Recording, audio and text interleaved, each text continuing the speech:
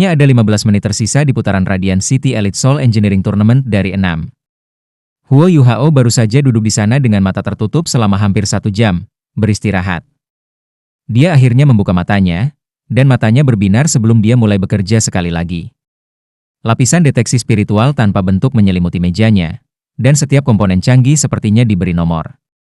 Dia mengangkat tangan kanannya untuk mengambil komponen dari ujung meja yang lain ke arahnya menggunakan controlling crank Capturing Dragon dan menekannya pada bagian lain untuk menguncinya sebelum meletakkannya di atas meja kerajinan. Tangan kanannya mulai bergerak seperti kupu-kupu yang berkelok-kelok melewati bunga-bunga, dan dia begitu cepat sehingga dia meninggalkan bayangan di meja kerajinannya. Beberapa komponen alat jiwa dengan berbagai bentuk dan ukuran yang terbuat dari segala jenis logam langka terus-menerus dirakit oleh tangan kanannya. Alat jiwa secara bertahap mengambil bentuk di atas meja kerajinannya. Waktu terus berdetak. 5 kontestan lainnya telah menyelesaikan pekerjaan mereka. Tidak ada yang berani mengambil risiko menit akhir untuk melengkapi alat jiwa mereka. Mereka memberi diri mereka cukup waktu buffer dan cadangan selama proses kerajinan mereka, sehingga semua mata mereka beralih ke Huo Yuhao pada saat yang sama. Mereka dapat melihat bahwa Huo Yuhao sama sekali tidak memiliki boneka tunggal di meja kerajinannya, yang berarti dia tidak memiliki produk jadi. 5 kontestan lainnya memiliki ekspresi berbeda di wajah mereka, dan bahkan mata Hichaito berkedip dengan sedikit kekhawatiran. Berkat Hong Chen adalah alat jiwa kelas 9. Apa yang dilakukannya?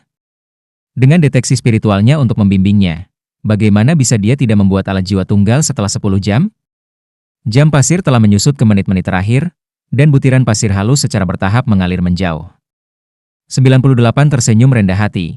Dia sepenuhnya percaya diri untuk menambahkan jika Huo Yuhao bisa selesai membuat alat jiwa yang sedang dikerjakannya. Mudah untuk membuat kesalahan ketika bekerja di bawah kondisi yang tegang. Selain itu, dapatkah alat jiwa ini beroperasi dan efektif? Dengan kata lain, bisakah dia benar-benar berhasil menyelesaikannya? Bahkan jika dia berhasil, aku sudah punya rencana untuk melawannya. Apa yang bisa dia lakukan hanya dengan satu alat jiwa? Ya, taruhannya cukup mengesankan. Itu tampak seperti alat jiwa defensif yang setidaknya kelas 8. Sangat cocok untuk aku. Selesai? Huo Yuhao mengangkat tangan kanannya dengan kuat, dan alat jiwanya jatuh ke meja tulisnya dengan dentang. Jam pasirnya masih memiliki sedikit pasir. Para penjudi yang memasang taruhan mereka jatuh kembali ke kursi masing-masing, seolah-olah jiwa mereka telah meninggalkan tubuh mereka. Huo Yuhao akhirnya menyelesaikan satu alat jiwa, yang berarti masih ada seutas harapan. Satu utas lebih baik daripada tidak sama sekali. Aku mengerutkan kening dari tempatnya duduk di hadapan Huo Yuhao. Dia bisa melihat bahwa Yuhao telah menempa alat jiwa yang sangat aneh yang berbentuk seperti perisai. Penampilan fisik perisai itu dibagi menjadi 3 bagian yang berbeda. Ada pusat menonjol yang berbentuk seperti bola dan sebesar kepala manusia, yang permukaan logam perak putihnya bersinar dengan cahaya hijau kebiruan yang lembut. Permukaan luar perisai sebagian besar berwarna abu-abu, dengan belahan yang menonjol di bagian tengahnya, dan sebaliknya sangat sederhana. Lingkaran terluarnya adalah logam biru pucat, dan jauh lebih tipis dibandingkan bagian lainnya. Orang akan menyadari setelah pemeriksaan lebih dekat bahwa perisai ini dibuat dengan merakit banyak komponen yang berbeda secara bersamaan. Ada beberapa logam langka yang terkandung di dalamnya, dan bahkan seorang insinyur jiwa yang mapan seperti 98 tidak dapat mengidentifikasi semuanya dengan satu tampilan. Waktu habis, kontestan. Tolong hentikan semua yang kamu lakukan. Hakim, silakan melangkah maju untuk menilai alat jiwa mereka. Ajin kembali ke panggung. Penghalang kedap suara menurun, dan suara riuh segera membanjiri tahap kompetisi. 3 hakim sudah di atas panggung, dan orang pertama yang mereka dekati adalah Huo Yuhao. Huo Yuhao belum menghasilkan alat jiwa tunggal di seluruh putaran sampai saat terakhir, dan mereka ingin memastikan apakah dia memenuhi syarat untuk melanjutkan di chapter ini. Beberapa orang sedang duduk di dalam ruang tamu di tengah sebuah bangunan yang melayang di udara di atas aula emas. Ada seorang wanita mengenakan jubah hitam panjang yang duduk di tengah-tengah semua orang, jubahnya yang longgar dan besar menutupi seluruh tubuhnya. Seseorang hanya bisa membedakan jenis kelaminnya dari garis samar kerangka fisiknya. Dia mengenakan topi bambu kerucut, dan kerudung hitam menutupi wajahnya. Hanya 2 matanya yang abu-abu kebiru-biruan yang terungkap, dan mereka diam-diam memperhatikan semua yang terjadi di luar. Ruang tamu sangat sunyi saat ini, semua orang hanya menonton tanpa mengeluarkan suara. Apa pendapatmu tentang 66, 3 tua? Wanita yang duduk di tengah bertanya dengan polos. Orang yang ia ajak bicara adalah seorang lelaki tua yang usianya sekitar 60 tahun. Rambut putih peraknya menjuntai di belakang kepalanya, dan dia memiliki tubuh yang sangat tangguh dan berotot. Dia tidak semuda itu lagi, tetapi matanya masih sangat tajam dan empuk. Pemuda itu sangat canggih, wakil ketua sekte. Aku perhatikan bahwa dia sedang merancang alat jiwa komposit yang sangat rumit sejak awal, tapi ini pertama kalinya aku melihat metode produksi ini. Ada 17 susunan formasi yang terkandung di dalamnya. Yang terbesar adalah susunan formasi pengumpul energi, dan itu juga yang terletak di pusat perisai. Dia paling lambat ketika dia menciptakan susunan formasi itu, tapi aku tidak bisa melihat sesuatu yang luar biasa tentang hal itu. 16 susunan formasi lainnya haruslah sinar yang cacat dan sejenisnya. Beberapa sedikit berbeda dari yang lain, dan 6 susunan formasi pada keliling terluar haruslah sinar deflektif dengan kemampuan pembalikan, jika mata aku tidak mengecewakan aku. Itu juga berarti bahwa perisai ini harus memiliki kemampuan menyerap lendutan dan penyerapan pada saat yang sama. Apa yang dia coba capai? Mata perak putih wakil ketua sekte itu menunjukkan sedikit keraguan dan kecurigaan. Pria tua itu menggelengkan kepalanya dan berkata, "Aku juga tidak akan bisa menebaknya." Meskipun dia tidak dianggap sebagai insinyur jiwa tingkat tinggi, setiap insinyur jiwa memiliki inovasi dan kreativitasnya sendiri. Kompleksitas alat jiwa ini dapat dibandingkan dengan alat jiwa kelas 7, dan aku dapat mengatakan dari tahap perakitan akhir bahwa ada banyak roda gigi dan struktur lain yang tidak dapat aku mengerti. Kebanyakan dari mereka harus penemuannya sendiri. Aku harus mengatakan bahwa pemuda ini jenius. Aku ingin membawanya di bawah sayap kita jika itu mungkin. Seorang lelaki tua lain yang duduk di sisi lain wakil sekte itu tersenyum dan berkata, "Bahkan kamu menganggap orang ini sangat dihormati? Karena itu masalahnya. Aku akan menemukan seseorang untuk berbicara dengannya setelah kontes dan bertanya tentang pemikirannya." Beberapa orang aku mengatakan kepada aku sebelum ini bahwa mereka telah dengan cermat memeriksa alat jiwa yang dia gunakan untuk taruhan individu mereka, dan alat jiwa itu berasal dari aula kebajikan termasyur. Lebih jauh lagi, kemungkinan Hall Master of Virtue Hall, Jing Hongchen sendiri, adalah orang yang menciptakannya. Setidaknya itu adalah alat jiwa kelas 8, tapi kekuatan sebenarnya hanya dapat dikonfirmasi setelah penilaian yang tepat. Wakil ketua sekte itu terdengar sedikit terkejut. Bisakah dia menjadi murid Jing Hongchen? Tapi aku belum pernah mendengar Jing Hongchen memiliki murid yang lumpuh. Apakah kamu pikir orang ini dapat mengalahkan murid kamu yang berharga? Pria tua pertama menggelengkan kepalanya dan berkata, "Sulit dikatakan. Di antara dua murid aku, Huang Zheng relatif berkepala dingin dan mantap, dan dia melakukan banyak hal dengan lebih stabil. Dia adalah kakak senior, dan memenuhi statusnya. Namun, Mo lebih berbakat. Tapi kelemahan terbesarnya adalah dia mudah sombong dan merendahkan. Dia sedikit lebih baik di depan aku, tapi dia selalu sombong dan merendahkan orang luar. Aku sudah mengingatkannya berkali-kali, tetapi dia tidak pernah menghentikan kebiasaan itu. Aku benar-benar ingin melihatnya kalah dari 66 hari ini, dan itu bukan hal yang buruk untuk pertumbuhan dan perkembangannya di masa depan." Wakil ketua sekte berkata, "Kami akan menunggu dan melihat, kalau begitu." Tetua kedua, bagaimana keuntungan aliansi Du Squatter dari turnamen ini? Pria tua lainnya yang berbicara dengan yang pertama menjawab, "Kami telah memperoleh hampir 33% lebih dari proyeksi awal kami." Wakil ketua sekte mengangguk dan berkata, "Baiklah. Setelah ini, kami akan meningkatkan kontrol kami atas logam langka pemerintah. Kamu harus mengirim beberapa orang ketika saatnya tiba, karena ini adalah sumber daya utama sekte kami." "Ya," tetua kedua mengakui dengan hormat. 3 hakim dengan cepat membuat penilaian mereka di panggung kompetisi, dan mereka menegaskan bahwa Huo Yuhao telah berhasil menciptakan alat jiwa. Namun, para hakim berbagi kebingungan dengan tetua ketiga dan wakil ketua sekte, dan mereka tidak mengerti mengapa Huo Yuhao akan membuat alat jiwa seperti itu. Ini adalah alat jiwa defensif dalam perkelahian, yang berarti bahwa Huo Yuhao akan menjadi orang yang pasif menerima serangan. Apakah dia ingin mengalahkan komponennya dengan mengerahkan kekuatan jiwanya? Aku tidak terlihat begitu baik ketika dia melihat bahwa alat jiwa Huo Yuhao adalah perisai. Awalnya, dia percaya bahwa Huo Yuhao sedang menciptakan alat jiwa ofensif dengan kekuatan serangan yang luar biasa. Tapi sepertinya penilaiannya salah, dan itu berarti sebagian rencananya untuk melawan Huo Yuhao sia-sia.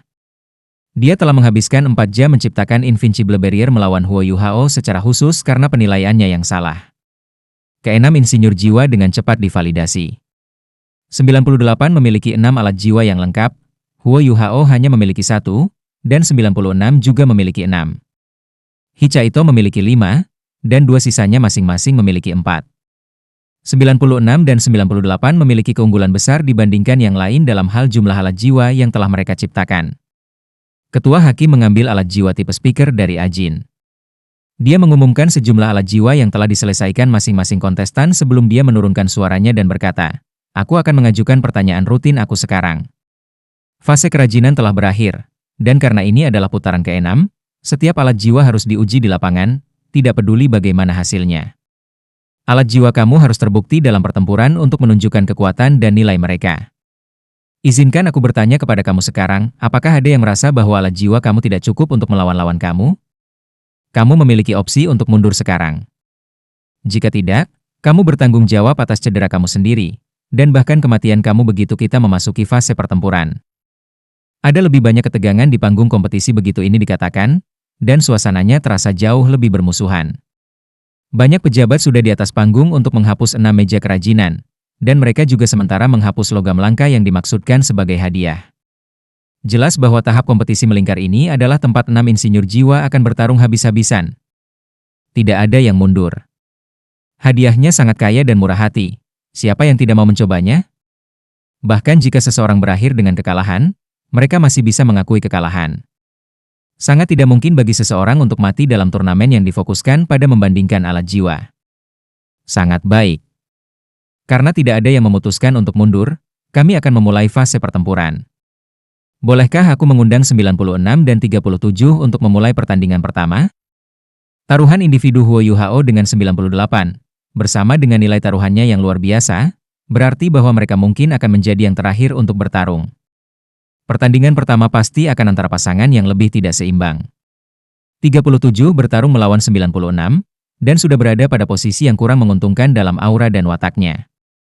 Tidak ada ketegangan sama sekali, dan 96 hanya butuh 5 menit untuk mencapai kemenangan luar biasa. Kemudian giliran Hichaito melawan 85. Hichaito secara bertahap melangkah ke panggung kompetisi dengan meriam besar di pundaknya. Dia telah membuat 5 alat jiwa meriam hitam di bahunya, penutup dada bundar, perisai, pelat pinggang, dan helm. Itu adalah 5 alat jiwanya yang berbeda, dan dia diperlengkapi dengan baik dalam hal serangan dan pertahanan. Hampir setiap kontestan tunggal memilih arah ini. Lawan Hichaito sedikit lebih sederhana dibandingkan. Lawannya memiliki pelindung dada, dan 1 meriam jiwa yang relatif lebih kecil di masing-masing pundaknya. Dia juga memiliki alat jiwa seperti sabuk di pinggangnya. Mereka berada di dalam tahap kompetisi Aula Emas, dan itu jauh lebih kecil dari tahap kompetisi Continental Elite Youth Soul Master Tournament. Tidak ada pihak yang memiliki banyak ruang untuk bergerak, dan serangan jarak jauh apapun dapat mencapai pihak lain dalam waktu singkat. 3 hakim kembali ke posisi mereka, dan ketua hakim berseru, "Mulai." Baik Hichaito dan 85 melepaskan jiwa bela diri mereka di waktu yang hampir bersamaan. Hichaito sangat cepat, dan 6 cincin jiwa bangkit dari kakinya. Saat melihat ini, hadirin berteriak dan berseru. Hichaito adalah seorang kaisar jiwa berantai 6, dan ini berarti bahwa lelaki bertopeng jangkung dan bertopeng lebar ini kemungkinan juga seorang insinyur jiwa kelas 6. Orang-orang yang telah memasang taruhan mereka pada Hichaito mulai terkesiap dan berseru dalam sukacita dan kegembiraan. 85 memucat dibandingkan. Dia memiliki 2 cincin jiwa kuning dan 3 ungu. Hanya 5 cincin jiwa, dan dia tidak memiliki kombinasi cincin jiwa paling optimal. Kedua belah pihak memilih untuk melepaskan alat jiwa yang sama pada awalnya, penghalang jiwa pelindung. Lapisan cahaya putih naik dan membungkus tubuh mereka di dalam. Kedua penghalang jiwa adalah kelas 5. Karena mereka hanya punya 10 jam untuk membuat alat jiwa mereka. Alat jiwa seperti sabuk yang melingkari pinggangnya meledak dengan cahaya warna-warni, dan lingkaran demi lingkaran cahaya yang kuat berdesir keluar darinya. Gelombang kekuatan jiwanya mulai berkembang dengan kecepatan kilat. Wow! Lihat semuanya. Alat jiwa di sekitar pinggang 85 adalah alat jiwa pengumpul energi yang sangat langka. Ini dapat memfokuskan dan menyingkat kekuatan jiwa pengguna dalam waktu singkat. Sangat sulit untuk membuat alat jiwa seperti itu, dan seseorang harus sangat tepat dalam proses kerajinan. Jika tidak, satu kesalahan akan menyebabkan cedera pada pengguna. Aku bisa membayangkan sekarang bahwa serangan berikutnya tahun 85 akan sekuat dan sekeras badai petir. Dengan penguatan alat jiwa pengumpul energinya, serangannya dapat menyaingi insinyur jiwa kelas 6 untuk waktu yang singkat. Hichaito tidak merespon ketika dia melihat alat jiwa pengumpul energi lawannya. Dia dengan tenang mengangkat lengan kirinya dan memblokir dadanya. Perisai sepanjang kaki di lengan kirinya mulai berbunyi samar dan memancarkan lapisan cahaya kuning keunguan. Lihat. Penghitung yang bagus. Perisai yang telah dipilih 88 untuk digunakan haruslah perisai yang mencerminkan jiwa. Perisai ini sangat tahan dan efektif terhadap semua serangan kekuatan jiwa, atau lebih tepatnya, semua jenis sinar jiwa. Satu-satunya masalah adalah bahwa aku tidak bisa mengatakan apa jiwa yang mencerminkan kelas perisai ini. Pertarungan dimulai, dan air liur Ajin menyembur kemana-mana ketika dia berkomentar penuh semangat tentang pertempuran itu. Alat jiwa pengumpul energi untuk sementara waktu dapat meningkatkan kemampuan ofensif seorang insinyur jiwa, tetapi juga menghabiskan lebih banyak kekuatan jiwa. Pengguna harus mencapai kemenangan secepat mungkin. 85 merasa hatinya tenggelam ketika dia melihat 6 cincin jiwa Hichaito. Dia tahu bahwa dia hanya memiliki satu kesempatan untuk menang. Karena ini, dia tidak menunggu Hichaito untuk melakukan hal lain, dan menembakkan meriam jiwa kembar di bahunya. Dua lampu berbeda meledak ke arah Hichaito. Meriam jiwa di bahu kirinya adalah sinar jiwa putih yang cemerlang. Udara di sekitarnya terasa sedikit aneh ketika sinar ini melonjak, dan semua orang tampak melihat retakan dan air mata di udara di mana sinar jiwa ini berlalu. Udara tampak seperti kaca dan pecah setelahnya. Meriam jiwa lainnya menembakkan bola cahaya merah muda. Bola ini sebesar kepalan tangan, tetapi tumbuh semakin besar saat terbang di udara. Setiap kontestan yang dapat mencapai chapter 6 memiliki kekuatan unik mereka sendiri, dan 85 tidak terkecuali. Bahkan Huo Yuhao sedikit heran ketika dia menyaksikan meriam jiwa itu. Keduanya adalah alat jiwa kelas 5 yang jarang terlihat. Sinar jiwa yang retak membuka udara saat terbang disebut gelombang kejut yang membelah. Meskipun mirip dengan bom kejut, ada dunia perbedaan di antara mereka. Bom kejut mengandalkan gelombang kejut yang kuat dan kuat, namun gelombang kejut yang membelah menyerupai pisau dan bilah yang tak terhitung jumlahnya. Efek pemotongan yang kuat akan diarahkan ke target, dan itu akan memotong dalam pola yang sangat tidak teratur. Gelombang kejut yang membelah itu sangat destruktif, sengit, dan brutal. Namun, sangat sulit untuk membuat ini, dan cukup sulit untuk mengendalikannya juga. Gelombang kejut yang terpisah secara inheren tidak stabil, dan dapat dengan mudah melukai pengguna mereka. Karena itu, para insinyur jiwa biasanya tidak memilih alat jiwa semacam itu. Namun, 85 tampaknya sangat percaya diri, dan jelas bahwa dia sangat akrab dengan menggunakan alat jiwa yang serupa. Bola merah muda di sisi lain tidak jauh lebih buruk, dan itu dikenal sebagai meriam enfabling. Meriam ini dapat dianggap sebagai versi yang lebih primitif dari sinar penuaan yang telah digunakan pada Wang Qiuer. Sulit bagi pertahanan berbasis energi manapun untuk menghilangkan efek meriam yang melemahkan, dan siapapun yang terkena dampaknya akan segera memasuki kondisi lemah. Keadaan yang melemah ini berkepanjangan dan berkelanjutan, dan korban harus beristirahat untuk waktu yang sangat lama untuk pulih. Kedua alat jiwa itu dianggap sangat sulit untuk dibuat di antara alat jiwa kelas 5. Selain itu, banyak kekuatan jiwa harus dikonsumsi saat menggunakannya. Jelas bahwa 85 disiapkan dengan peralatannya. Dia memiliki penghalang jiwa pelindung kelas 5 untuk membela diri, dan sabuk pengumpul energinya meningkatkan kekuatan jiwanya, sementara dua meriam jiwanya yang tangguh akan menjaga lawannya. Pengaturannya cukup mengesankan. Gelombang kejut yang memecah adalah yang pertama mencapai Hichaito. Itu berbenturan dengan penghalang jiwa Hichaito, suara melengking dan menusuk telinga terdengar. Penonton bisa melihat luka dan bekas luka dengan cepat berseliweran di penghalang jiwa Hichaito. Karakteristik paling menakutkan dari gelombang kejut adalah bahwa ia dapat ditembakkan secara terus-menerus. Selama pengguna memiliki kekuatan jiwa yang cukup untuk mempertahankan serangannya, serangan ini dapat digunakan secara terus-menerus dan tanpa jeda. Tentu saja, gaya menyerang ini meningkatkan kemungkinan alat jiwa itu sendiri pecah. Kerang meriam enfabling mengikuti segera setelah itu. Tidak sulit untuk membayangkan bahwa penghalang jiwa Hichaito pasti tidak akan mampu menahan gelombang kejut yang membelah jika dia memasuki kondisi lemah, dan kemungkinan itu akan langsung diiris dan dipotong-potong menjadi beberapa bagian. 85 segera meraih posisi atas ketika dia melakukan serangan pertamanya. Tapi Hichaito tidak khawatir atau panik dari awal hingga akhir. Dia menekan perisai dan cahaya oranye, dan cahaya oranye tampaknya terwujud ketika melilit pelindung jiwanya dan membarikade gelombang kejut yang membelah tanpa. Keretakan dan bekas luka segera menghilang. Kaki Hichaito bergerak ketika cangkang meriam enfabling datang tak lama setelah itu. Dia mengambil langkah ke kiri, menghindari serangan dengan kecepatan luar biasa. Fakta bahwa tubuhnya yang besar dan besar bisa membuat gerakan menghindar yang gesit dan gesit begitu mencengangkan. Namun, tuduhan meriam yang enfabling dikunci padanya, dan mulai mengikutinya saat ia melenggang. Helm di kepala Hichaito menyala, seberkas sinar perak terang keluar dari sana dan berputar sekali di sekeliling tubuhnya. Muatan meriam enfabling mengejar dari belakangnya, jadi itu secara alami tercakup dalam radius sinar ini, dan langsung diambil oleh cahaya perak.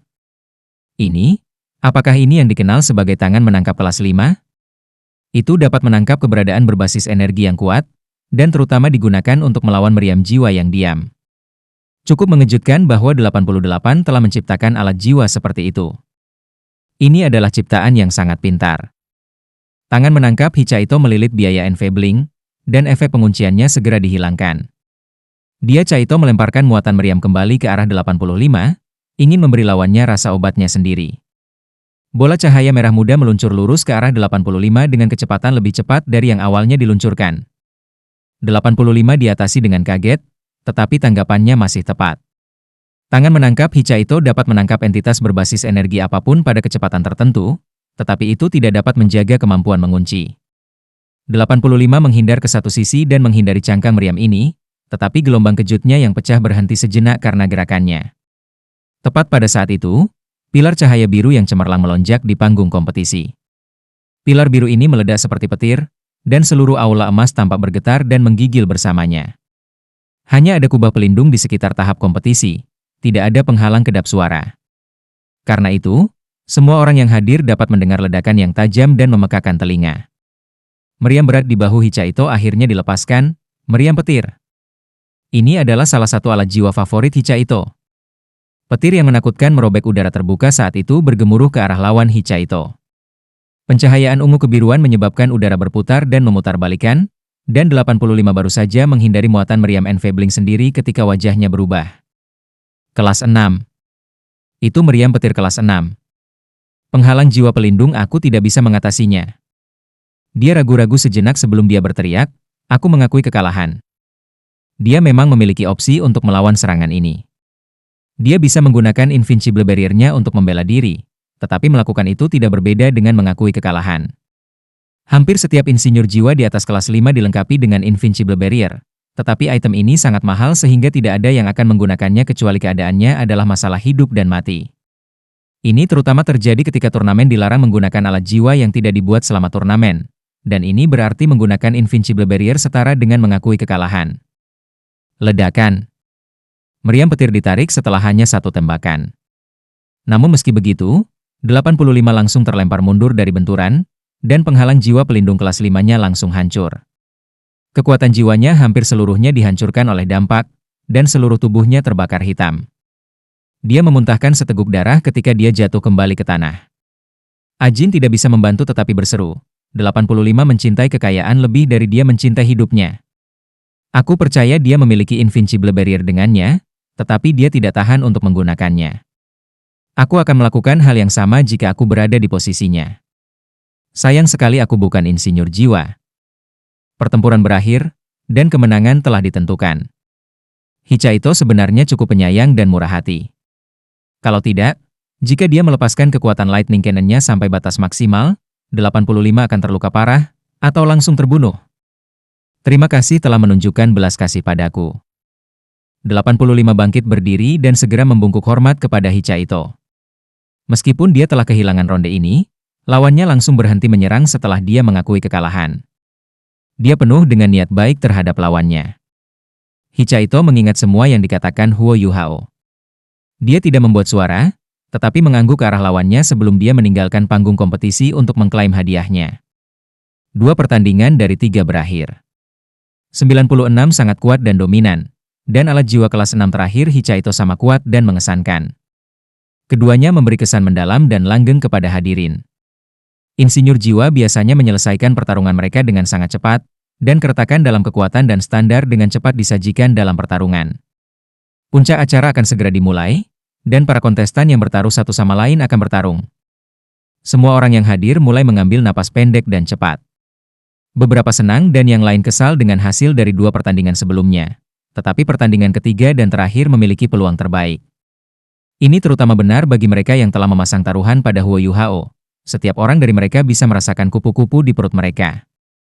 Meskipun mereka tahu peluang mereka untuk memenangkan taruhan mereka tipis, mereka masih harus berpegang pada benang harapan itu sampai akhir. Kemungkinannya adalah 1 hingga 3. Ini dianggap sebagai peluang yang sangat baik, dan mereka akan mendapat untung besar jika mereka memenangkan taruhan ini. Mereka yang memasang taruhan pada 98 tidak khawatir sama sekali. 6 alat jiwa versus 1, kecuali lawannya memiliki kartu as yang memastikan kemenangannya, keunggulan 98 itu terlalu jelas. Tidak ada yang mereka khawatirkan sama sekali. Huo Yuhao tersenyum, tetapi senyumnya terasa sedikit dingin. Pejabat mendorong kursi rodanya ke panggung kompetisi, dan 98 melangkah ke panggung di sisi lain, sepenuhnya dilengkapi dengan 6 alat jiwanya. Tatapan mereka bertemu, dan ujung mulut 98 membentuk senyum. Apakah kamu merasakan tekanan sekarang, anak kecil? Menyerah. Aku tidak akan membunuhmu, mengingat kamu telah memberiku hadiah yang bagus. Aku akan membiarkanmu menjaga hidupmu karena itu. Wajah Huo Yuhao hitam. Kami bahkan belum bertarung. Bagaimana kamu begitu yakin bahwa kamu akan menang? Biarkan aku memberitahu kamu, aku memiliki banyak kekuatan jiwa. HMPH. 98 tertawa terbahak-bahak dan berkata, itu berarti kamu ingin menggunakan perisai milik kamu untuk menggiling aku sampai aku tidak punya kekuatan jiwa lagi? Apakah kamu pikir itu realistis? Aku memiliki setidaknya 100 cara untuk menembus pertahanan kamu. Kamu keterlaluan dan sombong meski duduk di kursi roda itu. Sekarang aku mengerti mengapa kamu lumpuh. Huo Yuhao merasakan simpul di hatinya. Meskipun dia dengan sengaja menunjukkan kelemahan pada lawannya, dia masih tidak merasa sangat senang ketika lawannya menyebut dia sebagai orang cacat yang sombong dan sombong. Kita akan lihat selama pertandingan. Aku harap kamu tidak akan menangis setelah kalah dalam pertempuran. The Darkness Green Dragon, ya? Ini sudah menjadi milikku. Huo Yuhao mendengus dingin, tetapi sepertinya dia tidak punya bahan untuk mendukung kata-katanya. Darkness Green Dragonku ada di sini. Aku khawatir kamu hanya bisa melihatnya. Hahaha. Aku melambaikan tangan kanannya, dan lampu hijau gelap melayang di ujung jari-jarinya seperti ular spiritual yang menjadi hidup. Huo Yuhao harus mengakui bahwa 98 cukup berhasil dengan alat jiwa, dan ia memiliki pencapaian sendiri. Hakim. Huo Yuhao tiba-tiba berteriak. Ketiga hakim berbalik ke arahnya dengan bingung. Huo Yuhao berkata, aku sudah memberikan pasak aku kepada kamu sebelum ini. Fase kerajinan telah usai, jadi bukankah seharusnya aku memberikan pasaknya padamu sama seperti aku? Itu adil. Aku merasakan wajahnya membeku sesaat, tetapi dia dengan cepat kembali normal. Dia dengan murah hati mengungkapkan Darkness Green Dragon di tangannya dan berkata, bawa pergi, kalau begitu. Lagi pula itu akan kembali kepadaku sebentar lagi. Huo Yuhao dapat dengan jelas mengatakan bahwa 98 tidak sanggup berpisah dengan pisau pahatnya ketika hakim mengambilnya. Semua insinyur jiwa di setiap kelas sama akrabnya dengan pisau pahat yang selalu mereka gunakan seolah-olah itu adalah anak mereka sendiri. Itu wajar bahwa setiap insinyur jiwa akan merasa sedikit keluar dari tempatnya tanpa pisau ukiran favorit mereka. Mereka memasuki tahap kompetisi dan memihak mereka. Mereka memiliki alat jiwa yang telah mereka buat sebelumnya. Huo Yuhao menempatkan perisainya rata di atas kakinya dan dengan lembut membelai permukaannya. Ekspresi gelisah di wajahnya berangsur-angsur menghilang, dan dia akhirnya menunjukkan senyum percaya diri. Dia benar-benar yakin bahwa perisai ini adalah salah satu alat jiwa paling sukses yang dia buat sepanjang hidupnya, dan menamakannya perisai adjudikasi. Apakah kalian sudah siap? Para hakim bertanya dari kursi tinggi mereka. Aku siap. Baik Huo Yuhao dan 98 merespons pada saat yang sama. Baik. Angkat penghalang pelindung. Rintangan pelindung kuning pucat bangkit dan membentuk belahan yang mencakup seluruh tahap kompetisi. Rintangan ada di sana untuk mencegah alat jiwa dilepaskan dari merusak aula emas. Huo Yuhao mengangkat perisai di tangannya. Aku tampak santai seperti biasa di sisi lain, dan dia mengangkat meriam jiwa yang tampak aneh dengan tangan kanannya. Mulai. Chapter pertandingan final 6 dimulai dengan pengumuman hakim. Huo Yuhao mengangkat perisainya di depannya. Namun, tidak ada cincin jiwa pun yang bisa dilihat di tubuhnya. Di sisi lain, suara siulan bisa terdengar di bawah kaki 98 ketika 2 cincin kuning, 2 ungu, dan 2 jiwa hitam naik, satu demi satu. Kekuatan jiwa yang padat segera beriak dari tubuhnya. Dia sama sekali tidak tergesa-gesa untuk menyerang. Sebaliknya, dia mengambil beberapa langkah ke depan saat dia meletakkan meriam jiwanya di bahunya. Dari 6 alat jiwa lain yang telah ia ciptakan, selain Invincible Barrier-nya, ia membutuhkan waktu paling lama untuk membuatnya. Meriam jiwa ini tampak seperti tertanam di pundaknya, dan memberi penonton perasaan bahwa itu adalah bagian dari tubuhnya. Ini adalah kualitas yang harus dimiliki seorang insinyur jiwa yang luar biasa, dan setiap alat jiwa yang ia ciptakan harus memiliki chemistry dengan tubuh sang insinyur jiwa. Meriam jiwa ini berwarna perak putih, dan cahaya hijau samar-samar terpancar. Mulut meriam itu datar dan persegi panjang, dan seluruh meriam itu tampak agak aneh. Bukaan hitam yang rata mulai berkedip dengan cahaya. 98 menyalurkan kekuatan jiwanya, dan alat jiwa di pinggangnya di belakang punggungnya meletus dengan cahaya. Dia juga memiliki alat jiwa yang mengumpulkan energi, tetapi alat jiwa yang mengumpulkan energi itu sedikit lebih lembut daripada milik 85. Setidaknya, undulasi kekuatan jiwa tampaknya tidak sekuat itu. Namun, begitu alat jiwa ini diaktifkan, meriam jiwa di bahunya meletus dengan lampu hijau. Tampaknya ada garis-garis hitam udara yang beredar di sekitar mulut meriam. Huo Yuhao menyembunyikan tubuhnya sepenuhnya di balik perisainya. Cahaya biru berkilau di perisainya, dan roda cahaya redup bisa terlihat yang meningkatkan area pertahanan efek. Tonjolan hemispherical di pusat perisai tidak banyak berubah, sementara daerah perak putih di pusat perisai dan di tepinya bersinar dengan cahaya putih yang relatif lebih kuat. Perisai itu memiliki penampilan luar yang cukup mengesankan dengan mata telanjang. Namun, para penjudi yang telah memasang taruhan mereka pada Huo Yuhao merasa harapan mereka berkurang. Bisakah dia benar-benar menggiling kekuatan jiwa lawannya dengan perisai ini? Mereka menyaksikan jiwa Huo Yuhao berdering pada saat ini. Dia memiliki 2 cincin jiwa kuning, 2 ungu, dan 1 jiwa hitam. Ini adalah kombinasi cincin jiwa yang optimal, tetapi ia hanya memiliki 5. Dia adalah Raja Jiwa, jadi bagaimana dia bisa memenangkan perang gesekan melawan Kaisar Jiwa? Kekuatan jiwa-jiwa Kaisar setidaknya 2 atau 3 kali lebih banyak daripada Raja Jiwa.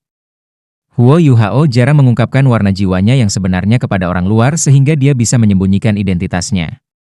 Dia menggunakan imitasi untuk menutupi warna mereka yang sebenarnya. Meriam jiwa 98 ditembakkan, dan sinar merah gelap membentang di udara, menyapu Huo Yuhao. Di dalam ruang tamu pusat, tetua ketiga bergumam, "Aku ingin melihat bagaimana orang ini akan membela diri terhadap meriam dekomposisi korosif Moke." Dengan amplifikasi Darkness Green Dragon, meriam dekomposisi korosif ini akan dianggap sangat kuat bahkan di antara alat jiwa kelas 6. Ini sangat eksplosif, tetapi sifatnya yang terus-menerus merusak adalah atribut terkuatnya. Tidak peduli apa efek deflektif dan daya serap yang dimiliki perisai, itu hanya dapat berpengaruh pada entitas material.